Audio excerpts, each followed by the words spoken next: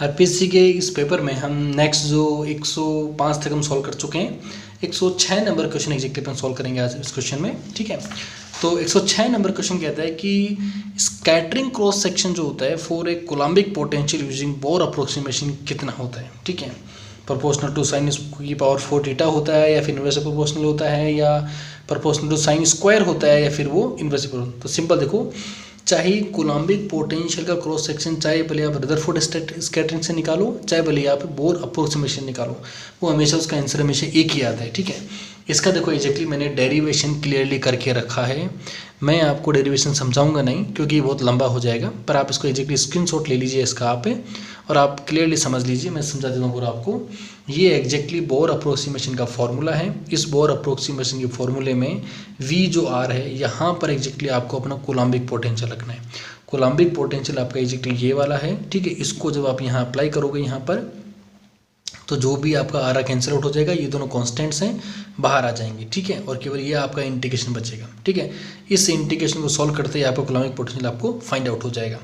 इस इंटीग्रेशन को आप सॉल्व करोगे आप अगर, तो सिंपल क्या होगा, केवल इसी इंटीग्रेशन को मैंने यहाँ पे लिया। केवल इस इंटीग्रेशन में देखोगे कि साइन की जो वैल्यू होती है वो -1 से क्या होती है, +1 होती है। लिमिट ही उसकी -1 से कितनी होती है, +1 होती है। हमें इंटीग्रेशन बोला गया 0 से लैम्बडा तक, जो इंटीग्रेशन पॉसिबल नहीं है। तो मैंने क्या किया, इस इंटीग्रेशन में एक e⁻⁻λr को मल्टीप्लाई किया, और किस शर्त पे मल्टीप्लाई किया कि लैम्बडा की वैल्यू 0 की तरफ टेंड करती है। जब 0 की तरफ टेंड करेगी तो क्या होगा, ये पोर्शन पूरा क्या हो जाएगा, 0 हो जाएगा। 0 की वैल्यू क्या होती है, 1 होती है हमारी। ठीक है, इसका मतलब बस एक शर्त पर, लिमिट पर मैंने इसको सॉल्व करवाया है। फिर मैंने क्या किया, इस साइन को एग्जैक्टली मैंने एक्सपोनेंशियल फॉर्म में खोल लिया है। इस एक्सपोनेंशियल फॉर्म को मैंने इसके अंदर अप्लाई किया। यहाँ पर अप्लाई करने के बाद मैंने इसको एग्जैक्टली सिंपल 2 पार्ट में डिवाइड कर लिया। इसकी वजह से मैंने यहाँ पर 2 पार्ट में डिवाइड करने के बाद में एग्जैक्टली मैंने क्या किया, इनका इंटीग्रेशन कर दिया है। ठीक है, दोनों इंटीग्रेशन कर दिया, इनके ऊपर लिमिट लगा दी मैंने, और इस लिमिट को मैंने एग्जैक्टली यहाँ पे अप्लाई भी कर दिया है। और उस अप्लाई करने के बाद में मुझे ये फाइनली वैल्यू फाइंड आउट हुई। ठीक है, थोड़ा सा मैथमेटिकल अप एंड डाउन आप करोगे तो आपको ये वैल्यू मिलेगी। ठीक है, आप चाहो तो इसका स्क्रीनशॉट लेके देख सकते हो। ठीक है, और नेक्स्ट मैंने क्या किया है, इसी लिमिट को एग्जैक्टली मैंने यहाँ पे अप्लाई किया, और मैं लास्ट में मैंने वैल्यू फाइंड आउट किया 1/q फाइंड आउट किया। ठीक, किसका वैल्यू फाइंड आउट किया है, इस इंटीग्रेशंस का वैल्यू जो मैंने 1/q फाइंड आउट किया है। ठीक है, अब q जो होता है वो एग्जैक्टली क्या होता है, वो k के मतलब होता है आपका मोमेंटम। ये इनिशियल मोमेंटम, ये फाइनल मोमेंटम। ठीक है, स्कैटरिंग के बाद के बाद और पहले का, और ये इलास्टिक स्कैटरिंग है, इसलिए मोमेंटम दोनों में क्या होगा, बराबर होता है। ठीक है, और सिंपल मैंने इसको कोसाइन रूल से खोल लिया है मैंने यहाँ पे। ठीक है, कोसाइन रूल से, और मैंने के और के को बराबर करके मैंने इसका वैल्यू इस फाइंड आउट किया। कोस को चेंज किया मैंने यहाँ पर साइन के फॉर्म में, और यहाँ मेरे को वैल्यू क्या मिला, ये जो चेंजमेंट इस प्रकार से होता है। और सिंपल मेरे क्यू की वैल्यू मुझे क्या मिला, 2k sin θ/2 मुझे वैल्यू मिला। ठीक है, मैंने क्या किया, इस 1/q की जो वैल्यू, q की जगह मैं वैल्यू क्या रख दी, मैंने ये वाली वैल्यू पुट कर दी। मैंने q की जगह मैंने ये वैल्यू पुट कर दी। कौन सी वाली, ये वाली वैल्यू पुट कर दी मैंने यहाँ पर। और फिर क्या किया मैंने, मेरा जो पीछे का जो फॉर्मूला था वहाँ पर मैंने इंटीग्रेशन से 1/q लिखा।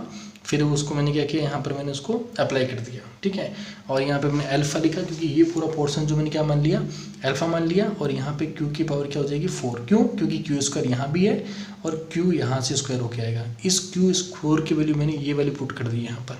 ठीक है, ये मुझे मिलेगा, और इससे आप फाइंड आउट करोगे कि जो आपका जो ये सिग्मा थीटा यानी कि जो टोटल क्रॉस सेक्शन है वो किसके प्रोपोर्शनल है, वो असल में inversely proportional of a sine की पावर 4 θ/2 के होगा। ठीक है, तो एग्जैक्ट देखो यहाँ पर inversely proportional to sine square θ/2 के प्रोपोर्शनल होगा। ठीक है, ये हमारा क्वेश्चन नंबर 106 हो गया। ठीक है, अब हम बात करते हैं क्वेश्चन नंबर 107 के ऊपर। ठीक है, 107 ये बहुत ही प्यारा क्वेश्चन है। ठीक है, क्योंकि मुझे न्यूक्लियर पार्टिकल फिजिक्स बहुत अच्छी लगती है।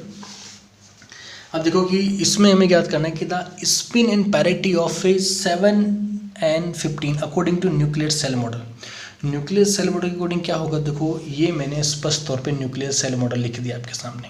ठीक है, न्यूक्लियर सेल मॉडल में इस प्रकार से सेल्स को डिवाइड किए हुए होते हैं। ये थोड़ा आगे भी होता है। यहाँ पर क्या होता है, ऊपर का पोर्शन L आपको एंगुलर मोमेंटम दिखाता है। ठीक है, सॉरी ऑर्बिटल मोमेंटम दिखाता है, और ये आपको टोटल मोमेंटम दिखाता है आपको। ठीक है, टोटल जो एंगुलर मोमेंटम होता है। अब देखो ये कंडीशन क्या लगा रहा है कि न्यूक्लियर स्पिन आपको फाइंड आउट करना होगा, तो क्या करोगे आप कि अगर आपको n और z आपके अगर इवन है अगर, तो आपका न्यूक्लियर स्पिन क्या हो जाएगा, 0 हो जाएगा। ये नियम है। ठीक है, अगर n और z आपका अगर ऑड है आपका अगर, तो न्यूक्लियर स्पिन जो होगा वो हमेशा ओड नंबर वाले न्यूक्लियॉन से ही फाइंड आउट किया जाएगा। ठीक है। तीसरा क्या है कि इफ़ एन और जेड दोनों ही ओड हो जाए तो क्या करेंगे, क्योंकि प्रोटॉन और न्यूट्रॉन दोनों ही ओड नंबर में हो गए, मतलब विषम संख्या में हो गई, तो क्या करोगे आप। उसके लिए क्या लगता है, नॉर्डेम रूल्स रखता है। उसके लिए वो क्या रूल रखता है कि वहाँ पर जो उसका जे ज्ञात करो, किस प्रकार से उसका जे ज्ञात करोगे आप, इस प्रकार से उसका जे ज्ञात करोगे आप। ठीक है। जे नंबर 1 मतलब प्रोटॉन के लिए, मतलब क्या होगा कि मान लीजिए जैसे आपके प्रोटॉन 5 हैं, ठीक है, और न्यूट्रॉन भी 5 हैं, तो आप प्रोटॉन क्या करोगे, पहले यहाँ प्रोटॉन को 5 भरोगे आप, तो इसमें 2 भरोगे, इसके अंदर 3 भरोगे, इसमें 4 भरोगे, इसमें आपके 2 भरोगे, तो यहीं पर आप खत्म हो जाएगा। जे कितना होगा 3/2 हो जाएगा, 2 यहाँ पर और 3 यहाँ पर। ठीक है, 3 तो 5। तो ये किसके लिए, प्रोटॉन के लिए। न्यूट्रॉन के लिए भी जे कितना आएगा 3/2 आएगा आपका। ठीक है।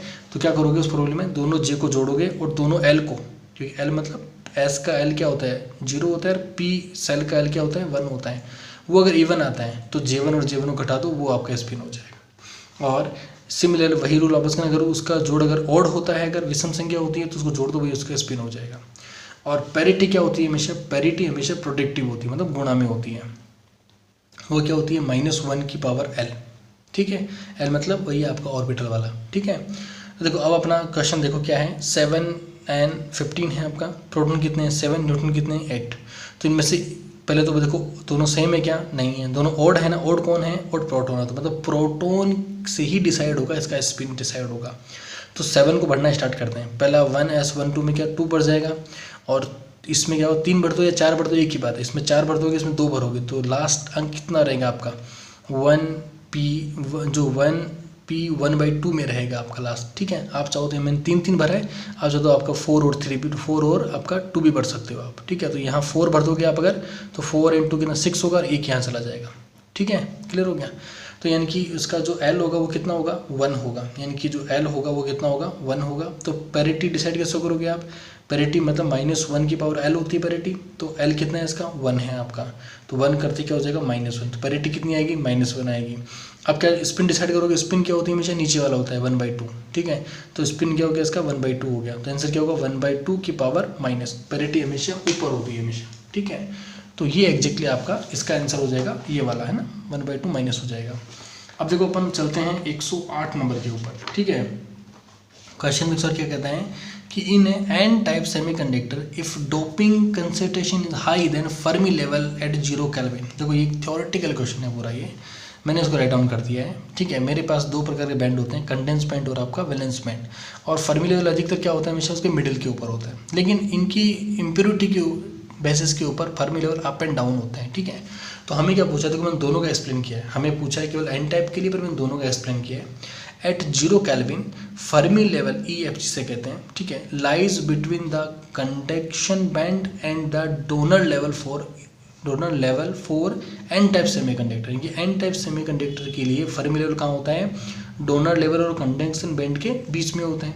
जो बल्कि पी टाइप में क्या होता है, P type semiconductor Fermi level lies between the acceptor level and valence band के बीच में होते हैं। तो हमें केवल एन टाइप के लिए पूछा है, तो क्या करेंगे between the donor level and the bottom of the condense level, नहीं हाँ between the donor level and the centre of band, नहीं आपका जो आपका सी जो होगा आपका सही होगा कि हमेशा क्या होगा डोनर लेवल के और कंडक्शन बैंड के बॉटम, मतलब क्या होगा कि इसके तो नीचे रहेगा और डोनर लेवल जो होगा उसके हमेशा ऊपर रहेगा, ये इसके लिए क्या होगा आपका आंसर होगा। तो ये थ्योरेटिकल आपका आंसर था आपका ये।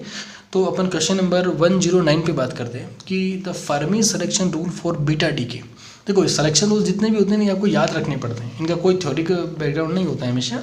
फिर भी देखो एक में देख लेता हूँ कि जो फर्मी सिलेक्शन रूल होता है फॉर बीटा डीके जो होता है वो क्या कहता है कि total angular momentum change is 0, यानी कि टोटल एंगुलर मोमेंटम क्या होता है J होता है आपका। ठीक है। वो क्या होना चाहिए 0 होना चाहिए। And no parity change from initial to final, और अगर इनिशियल स्टेट से अगर फाइनल स्टेट में जाता है अगर, तो उसकी अगर पैरिटी चेंज नहीं होनी चाहिए, ये उसका सिलेक्शन रूल होता है बीटा डीके का।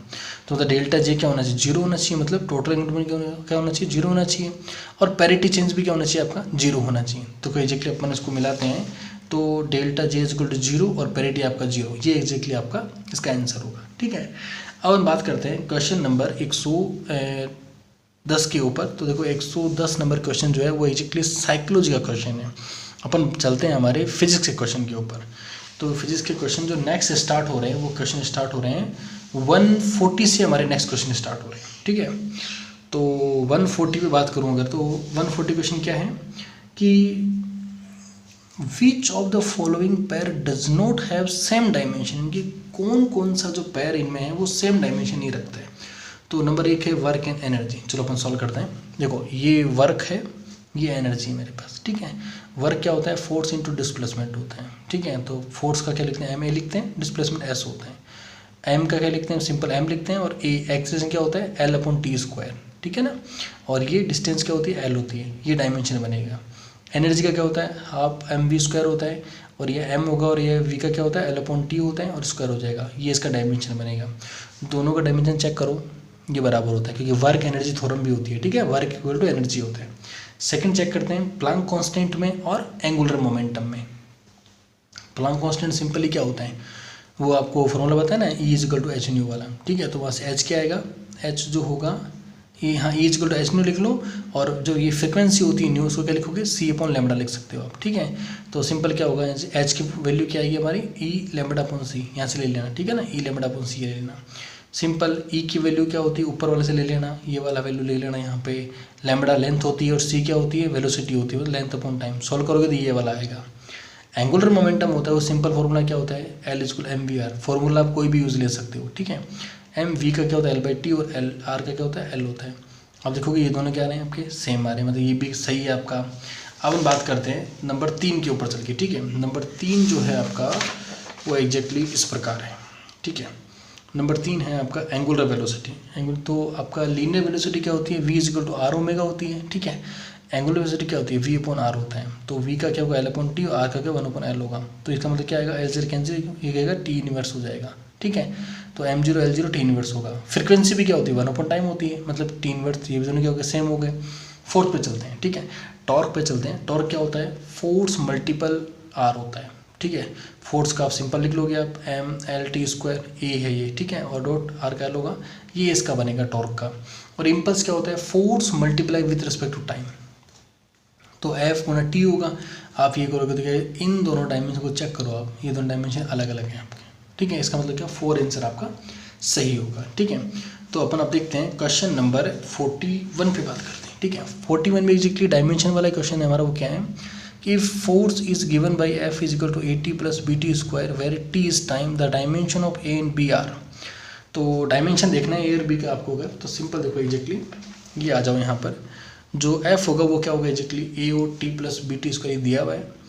डायमेंशन का फॉर्मूला जो रूल होता है वो क्या होता है कि प्रत्येक इंडिविजुअल का डायमेंशन हमेशा इक्विवेलेंट के बराबर होता है। मतलब एफ का डायमेंशन हमेशा ए टी के बराबर होगा, इस एफ का dimension exactly B T square के बराबर होगा, ठीक पहले। तो इसका मतलब क्या हुआ कि एफ का डायमेंशन में पता है क्या होता है, m1 होता है, l1 होता है, t-2 होता है। और यहाँ इस फॉर्मूले से क्या होगा, a बराबर क्या हो जाएगा, f अपॉन टी हो जाएगा, ठीक है। और ये डायमेंशन फाइंड आउट हो जाएगा। b बराबर क्या हो जाएगा आपका, f अपॉन टी स्क्वायर हो जाएगा, ठीक है। तो एग्जैक्टली ये आपका हो जाएगा, तो आपको डायमेंशन फाइंड आउट हो जाएगा। इसका मतलब क्या हुआ, a का डायमेंशन ये हो जाएगा, और b का डायमेंशन आपका ये हो जाएगा। जो भी आपका ऑप्शन होता है आप देख लेना इसके अंदर, ठीक है। अपन अब नेक्स्ट चलते हैं क्वेश्चन नंबर 142 के ऊपर चलते हैं, ठीक है। 142 भी बहुत अच्छा क्वेश्चन है, ठीक है। The magnitude of sum and difference of two vectors is same. The angle between them. देखो बहुत ही टेक्निकल क्वेश्चन, देखो अब बेसिकली आपका इस क्वेश्चन में थोड़ा सा कंफ्यूजन ये रहता है कई बार। देखो इसके लैंग्वेज का विषय ध्यान देना कि if the magnitude of sum, मतलब सम किए हुए का तो magnitude and difference of two vector is same. देखो अगर यहाँ पे आ जाता है ना difference of magnitude of two vector, तो क्वेश्चन थोड़ा चेंज हो जाता है हमारा, ठीक है।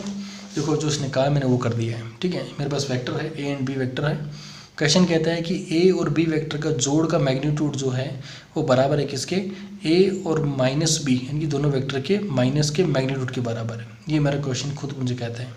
तो उनके बीच में एंगल क्या होगा, तो सिंपल देखो ये दोनों मैंने लिख दिया कंडीशन से। मैंने क्या किया, दोनों का स्क्वायर किया, दोनों तरफ स्क्वायर करते क्या हो गया, ये एग्जैक्टली इस प्रकार से मिल गया, ठीक है। मैग्नीट्यूड में हमेशा याद रखना है कि इसका मैग्नीट्यूड में क्या लिखते हैं, रूट में लिखते हैं, ठीक है। Root A square plus B square plus 2ab cos theta, याद है आपको। तो क्या करना है हमें, उस रूट को हटाने के लिए मैंने क्या किया, एग्जैक्टली यहाँ पे स्क्वायर लगा दिया मैंने, ठीक है। अब देखो एग्जैक्टली यहाँ पर क्या होगा, ये स्क्वायर हो जाएगा इसका मैग्नीट्यूड, यहाँ बी स्क्वायर मैग्नीट्यूड प्लस यहाँ क्या हो जाएगा 2ab हो जाएगा, ठीक है। और प्लस यहाँ क्या हो जाएगा A square plus B square plus A और बी का मैग्नीट्यूड हो जाएगा। सिंपल हो गया। और ये सब किस में है, डॉट प्रोडक्ट में। देखो यहाँ पर कंफ्यूज मत होना, ये एक्चुअली डॉट है बीच में, ठीक है। यहाँ पर क्या है, डॉट है बीच में, यहाँ भी ये जो क्या आपका डॉट है। डॉट का मतलब क्या होता है, वो कोस थीटा वाला, ठीक है। तो देखो यहाँ पर क्या होगा, ए स्क्वायर और बी स्क्वायर दोनों तरफ सेम है तो कैंसिल आउट हो जाएगा। यहाँ क्या बचेगा, 2a magnitude dot B magnitude बराबर -2a का मैग्नीट्यूड डॉट बी का मैग्नीट्यूड। और a डॉट बी का जो मैग्नीट्यूड का डॉट प्रोडक्ट क्या होता है, दोनों का मैग्नीट्यूड और कोस थीटा, ठीक है। मैंने यहाँ पे इसको पुट कर दिया तो यहाँ से 2 ये हो गया, तो सिंपल मैंने इसको एग्जैक्टली इसको पुट कर दिया। क्यों किया, माइनस था, इधर सेंड कर दिया और इधर 0 ले लिया मैंने, ठीक है। अब दोनों को जोड़ोगे तो क्या हो जाएगा, 4 हो जाएगा मैग्नीट्यूड में, ठीक है। 4 magnitude of A magnitude of B और कोस थीटा, ठीक है। अब देखो ये सब क्या हो जाएगा, नीचे चला जाएगा, 0 में चला जाएगा, तो कोस थीटा क्या हो जाएगा, 0 के बराबर हो जाएगा। कोस थीटा की वैल्यू 0 कब होती है, जब थीटा कितना होता है, π/2 होता है। तो क्वेश्चन की लैंग्वेज पे विशेष ध्यान देना, क्वेश्चन की लैंग्वेज चेंज होते हैं, हमारा क्वेश्चन का पैटर्न चेंज हो जाएगा, ठीक है। तो अब आंसर क्या होगा, π/2 हमारा आंसर होगा, ठीक है। अब क्वेश्चन नंबर अपन 43 पर बात करते हैं, ये भी बहुत अच्छा क्वेश्चन है मेरा। वो कहता है इफ वेक्टर, ये वाला वेक्टर जो a बराबर 2 आयोटा प्लस 4j जो वेक्टर है, और b जो वेक्टर है वो क्या है 5 आयोटा माइनस 7j है, एंड c जो है वो क्या है, दोनों का जोड़ है a और b का, तो मैग्नीट्यूड ऑफ c क्या होगा। तो मैंने क्या किया, सिंपली जो क्वेश्चन है मैंने वो कर दिया है ना। ये देखो, ये मेरा जो है a है मेरा, ये मेरा b जो मुझे गिवन था, c क्या करना है, दोनों को जोड़ना है, ठीक है। तो मैंने a को जोड़ दिया और मैंने इसको जोड़ दिया। जोड़ने के बाद मैंने क्या किया, देखा कि ये आयोटा है, ये भी आयोटा है, ठीक है। दोनों प्लस में है तो मैंने दोनों को जोड़ दिया, 5 और 2 7 हो गया। ये और ये दोनों माइनस के लायक है तो मैंने क्या किया, 3j माइनस कर दिया मैंने, ठीक है।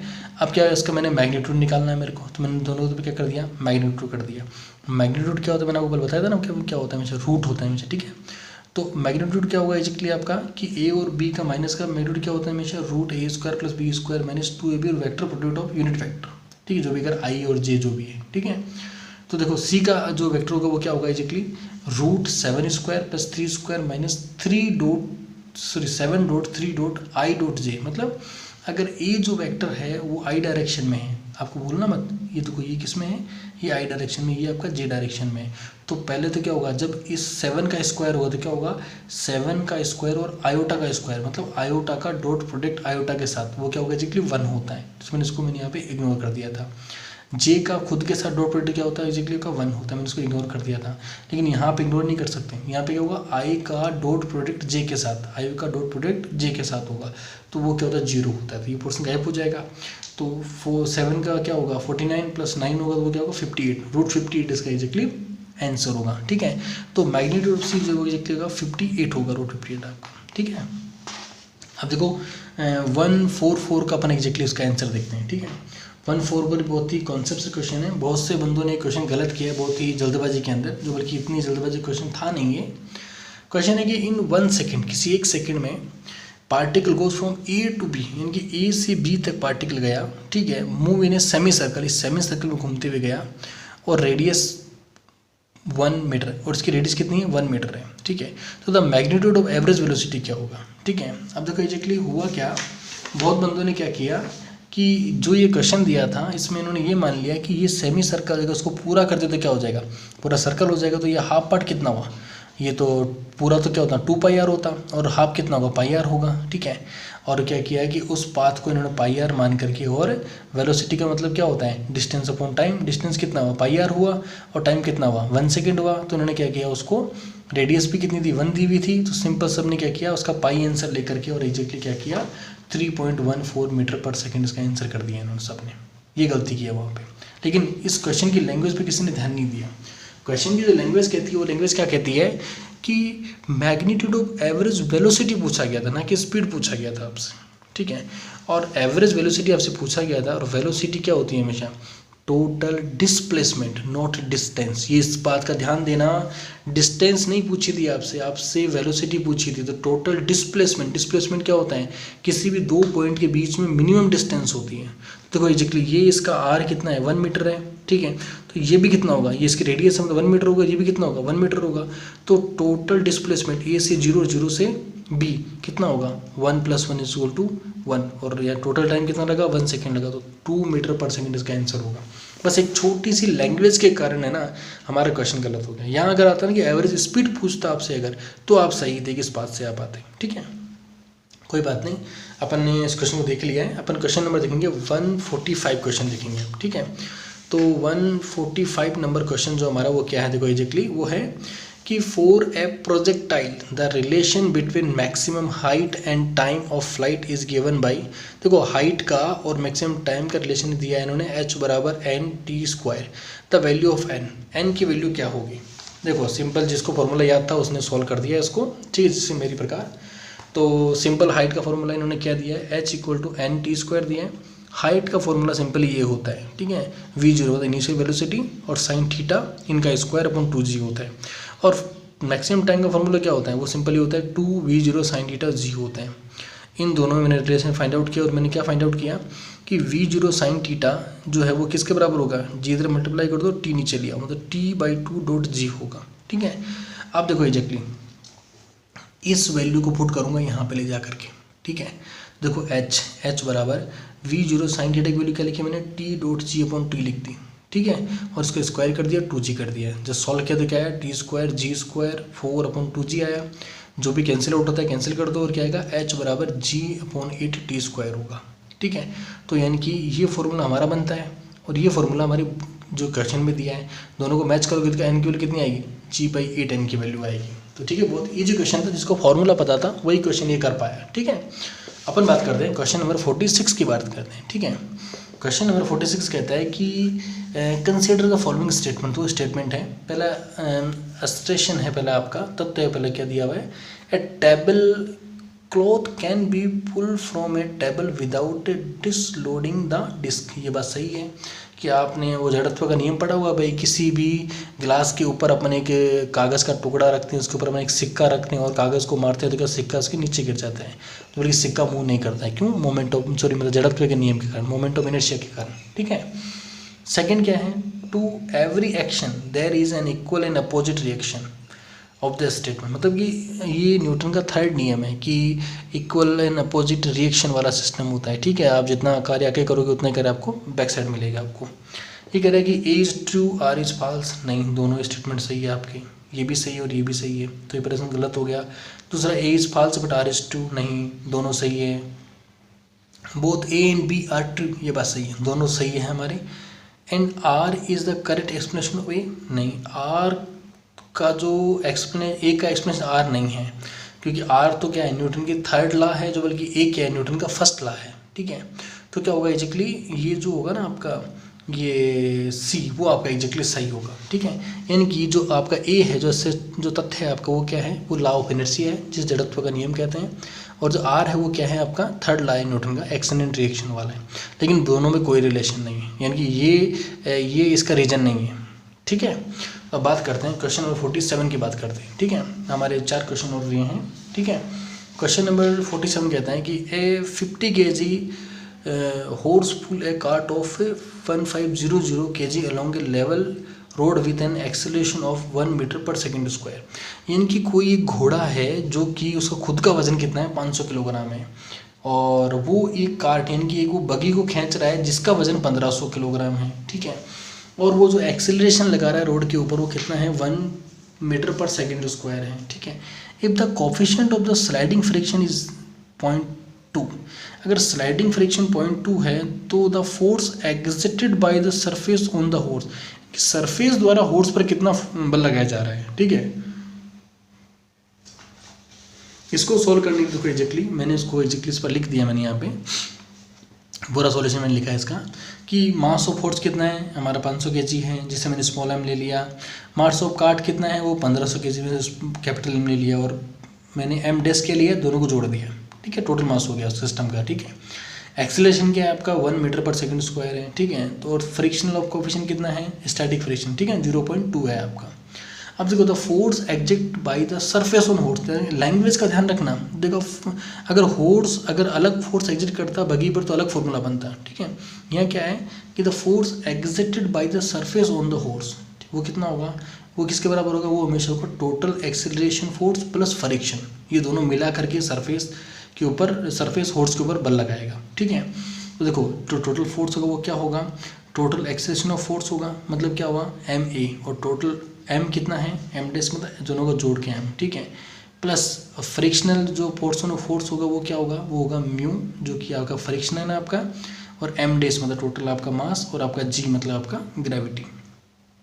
ठीक है, इन दोनों को इजीली आप सॉल्व कर लीजिए। ठीक है, एम डेस को आप कंफ्यूज मत हो ना। ठीक है, ये एम डेस की वैल्यू ये है आपकी। ठीक है, यहाँ से देखो इजीली एम प्लस एम डेस की वैल्यू कितनी है आपकी, दोनों को जोड़ोगे कितनी आएगी आपकी 2000 आएगा आपका। ठीक है, और यहाँ क्या आएगा 1 + 0.2 × 10, मतलब ग्रेविटी को उन्होंने 10 लिया है आपने। ठीक है, हालांकि 9.8 लेते हैं, पर एग्जैक्टली अपनी जो आंसर्स हैं वो कहीं भी पॉइंटों में नहीं आ रहे इसलिए। ठीक है, 0.2 × 10 कर दिया, और आप इसको अगर जोड़ के इसको आप सॉल्व करोगे तो कितना आएगा, वो 2000 × आपका 3 आएगा आपका। ठीक है, अब देखो इजीली इसका आंसर क्या आएगा, 6000 न्यूटन आएगा, मतलब 47 से क्या आएगा आपका इजीली आपका 6000 न्यूटन 4 आपका आंसर होगा। ठीक है, अपन बात करते हैं क्वेश्चन नंबर 148 की बात करते हैं। ठीक है, 148 क्वेश्चन क्या कहता है कि a 40 newton crate is a resting on a rough horizontal floor.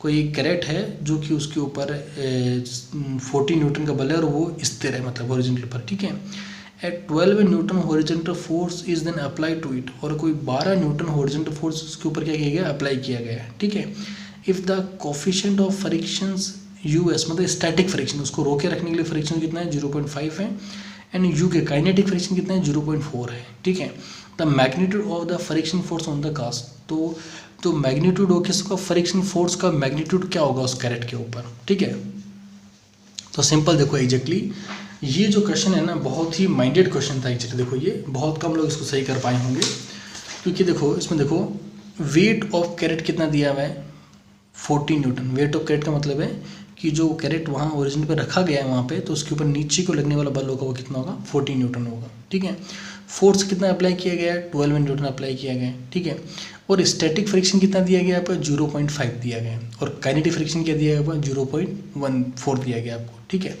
अब देखो लिमिटिंग फ्रिक्शन फोर्स निकालेंगे, मतलब क्या होगा कि जो बक्सा रखा गया है उसको हिलाने के लिए जो मिनिमम फोर्स चाहिए होता है वो हमेशा लिमिटिंग फ्रिक्शन फोर्स होता है। ठीक है, इतना फोर्स आपने दे दिया तो वो बक्सा हिलेगा, और इतना फोर्स आप नहीं दे पाए तो बक्सा नहीं हिलेगा। जैसे एग्जांपल देता हूँ, कोई भी दीवार होती है, ठीक है, दीवार को आप डिस्प्लेस करने के लिए आप कितना फोर्स लगाओगे, अगर आप दीवार को डिस्प्लेस करने के लिए उसके लिमिटिंग फोर्स से ज़्यादा फोर्स लगाओगे तो दीवार डिस्प्लेस होगी, नहीं तो वो दीवार डिस्प्लेस नहीं होती। ठीक है, तो क्या होगा कि जो डिस्प्लेसमेंट लिमिटिंग फोर्स निकलेगा क्या निकलेगा म्यू एस, मतलब स्टैटिक, उसको उस कैरेट को रोके रखने के लिए जो फ्रिक्शन है वो, और उस पर अप्लाई किया गया फोर्स, तो उसको रोकने कितना फ्रिक्शन है 0.5 है, मल्टीप्लाई कितना होगा F40 होगा, मतलब 20 न्यूटन फोर्स उसको सरकाने के लिए चाहिए हमें। ठीक है, लेकिन हम क्या देखेंगे, हमें उसके ऊपर कितना फोर्स अप्लाई करना है 12 न्यूटन करना है, जो कि उसके सरकाने वाले फोर्स से भी क्या है कम है। इसका मतलब क्या हुआ कि limiting friction force is 20 Newton and applied force is 12 Newton. इसका मतलब क्या हुआ कि applied force is less than the limiting force, यानी कि उसको हिलाने से जितना फोर्स चाहिए उससे भी कम फोर्स चाहिए। ठीक है, so that the frictional force acting on the carat, और उसके ऊपर जो फ्रिक्शनल फोर्स एक्ट करेगा वो कितना करेगा, वो एग्जैक्टली हमारा अप्लाइड फोर्स ही होगा, यानी कि F = 12 न्यूटन ही उसके ऊपर फोर्स होगा। ठीक है, अब देखो अपन क्वेश्चन नंबर 149 देखते हैं। ठीक है, 2 क्वेश्चन और रहे हैं हमारे। ठीक है, ये क्वेश्चन है, an object is attached to a vertical spring and slowly lower to its equilibrium position, this scratching the spring by an amount of t. If the same object is attached to a same vertical spring but permitted to fall instead लिखा है इन्होंने, बल्कि instant होना चाहिए यहाँ पे। ठीक है, instant through what distance does it stretch the spring। ठीक है, ये कह रहे हैं कि ये जो कह रहा है मैंने वो एक्चुअली कर दिया है ना। ये कह रहा है कि कोई भी एक स्प्रिंग है हमारे पास में, उसको एग्जैक्टली ये रिजिड से है और स्प्रिंग लगी हुई, कोई मास m बंधा हुआ है और उसकी लंबाई l है, और जब उस स्प्रिंग कोई मास को धीरे धीरे नीचे लाया जाता है स्लोली, तो क्या होता है कि जो ओरिजिनल लेंथ है उस स्प्रिंग की उससे क्या थोड़ा सा वो ज़्यादा उसको खींच लेते हैं, और ये सिंपल होता है हुक्स के नियम के अनुसार। ठीक है, तो एग्जैक्टली क्या होगा कि जो मास द्वारा नीचे की ओर जो स्प्रिंग पर बल लगाया जाएगा वो किसके समानुपाती होता है, वो इसमें जितनी स्ट्रेचिंग हुई डी के समानुपाती होता है। और सिंपल आई बराबर क्या लिखते हैं, के डी लिखते हैं, हुक्स लॉ होता है ना हमारा, ठीक है, के और डी लिखते हैं, ठीक है, के यहाँ पर कोई हुक्स कांस्टेंट होता है ना। अब देखो एग्जैक्टली ये जो एफ है वो बल जो है इसमें लेंथ किसकी वजह से हुई, नीचे लगने वाले फोर्स की वजह, एम जी की वजह से हुई। तो हमारा एम जी होगा वो क्या हो जाएगा, के डी हो जाएगा, ठीक है। और यहाँ से डी की वैल्यू कितनी आ जाएगी, एम जी अपॉन के, यानी कि जो डिस्प्लेसमेंट हुआ स्प्रिंग में ओरिजिनल लेंथ से वो डिस्प्लेसमेंट कितना होगा, वो एम जी अपॉन के होगा, ठीक है। यहाँ तक क्लियर हो गया। अब देखो अब सिनेरियो चेंज हो गया है। सिनेरियो चेंज कैसे हुआ है कि नाउ लीव मास इंस्टेंट, यानी कि अब क्या किया है, पहले तो हम क्या इस मास को धीरे धीरे नीचे लेकर के आए थे, अब क्या किया इस मास को यहाँ पर स्प्रिंग को समेट दिया और मास को अचानक ही छोड़ दिया आपने। अचानक छोड़ते क्योंकि मास अचानक से नीचे आएगा तो क्या होगा कि leave mass instant then mass acquire velocity so new distance T dash. अब क्या होगा, मास को जब आप छोड़ोगे नीचे की ओर तो उस मास में क्या होगी, एक वेलोसिटी गेट हो जाएगी और उसकी वजह से क्या होगा कि वो स्प्रिंग को इतना तो खींचेगा, उससे थोड़ा ज़्यादा और खींचेगा। तो यानी कि इस बार पहले जो खींचा हुआ कितना हुआ, डी हुआ सिंपल। अब नया खिंचाव कितना होगा, अब एग्जैक्टली नया खिंचाव होगा आपका वो डी डैश होगा आपका, ठीक है। तो देखो एग्जैक्टली यहाँ पर तो यूजिंग वर्क एनर्जी थ्योरम क्या करें, अपन क्या करेंगे यहाँ पर वर्क एनर्जी थ्योरम का यूज करेंगे, ठीक है। तो initially and final velocity of mass is zero, ठीक है। फाइनल की जो वेलोसिटी यानी कि फर्स्ट टाइम इसको अपन ने उसको मास को ऊपर रखा तब उसकी वजह से जीरो थी, और जब उसको छोड़ दिया लास्ट मोमेंट तब इसकी वजह से क्या हो गई, जीरो थी, ठीक है। तो इनिशियल वेलोसिटी काइनेटिक वेलोसिटी और फाइनल काइनेटिक वेलोसिटी क्या होगी उसकी, जीरो हो गई, ठीक है। Two force are working on spring, और स्प्रिंग पर दो फोर्स काम कर रहे हैं, ठीक है। एक फोर्स तो क्या काम कर रहा है आपका, एक फोर्स तो आपका काम कर रहा है simple, two force are working on spring होगा, ठीक है।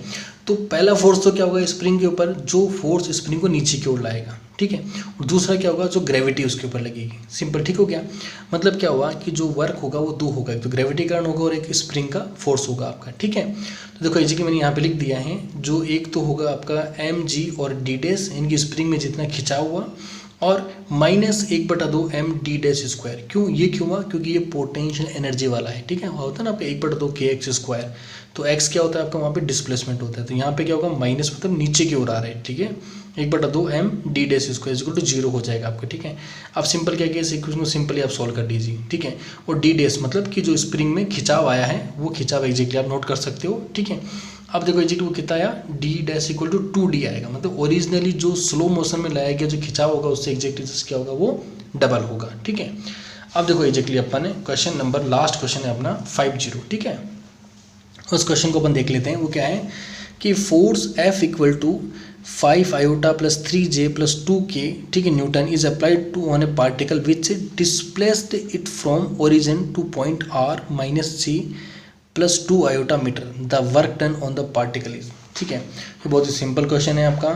ये एग्जैक्टली क्या है कि आपको वर्क डन निकालना है आपको, ठीक है। तो वर्क डन क्या होगा कि फोर्स इनटू डिस्प्लेसमेंट होता है, ठीक है। और जो डिस्प्लेसमेंट होगा वो क्या होगा, आर फाइनल डिस्प्लेसमेंट माइनस आपका इनिशियल डिस्प्लेसमेंट होगा, ठीक है। तो वर्क का एग्जैक्टली आप निकाल लीजिए, ये आपका फोर्स हो गया, ये आपका फाइनल डिस्प्लेसमेंट हो गया जो आपको बुक में दिया हुआ है, और ये आपका इनिशियल डिस्प्लेसमेंट हो गया। क्यों, क्योंकि देखो आपको क्या दिया गया है कि इनिशियल डिस्प्लेसमेंट पे क्या ओरिजिन पर है, दिख रहा है आपको कि प्लस इज ओरिजिन कि डिस्प्लेस इज फ्रॉम ओरिजिन, की ओरिजिन से आपने क्या किया इसको डिस्प्लेस किया, तो ओरिजिन पे क्या होता है हमेशा 0 0 होता है, ठीक है। अब तो क्वेश्चन एकदम ईजी हो गया आपका, जस्ट आपको डॉट प्रोडक्ट करना और आपका 7 जूल आपका एग्जिट क्या होगा आंसर आ जाएगा।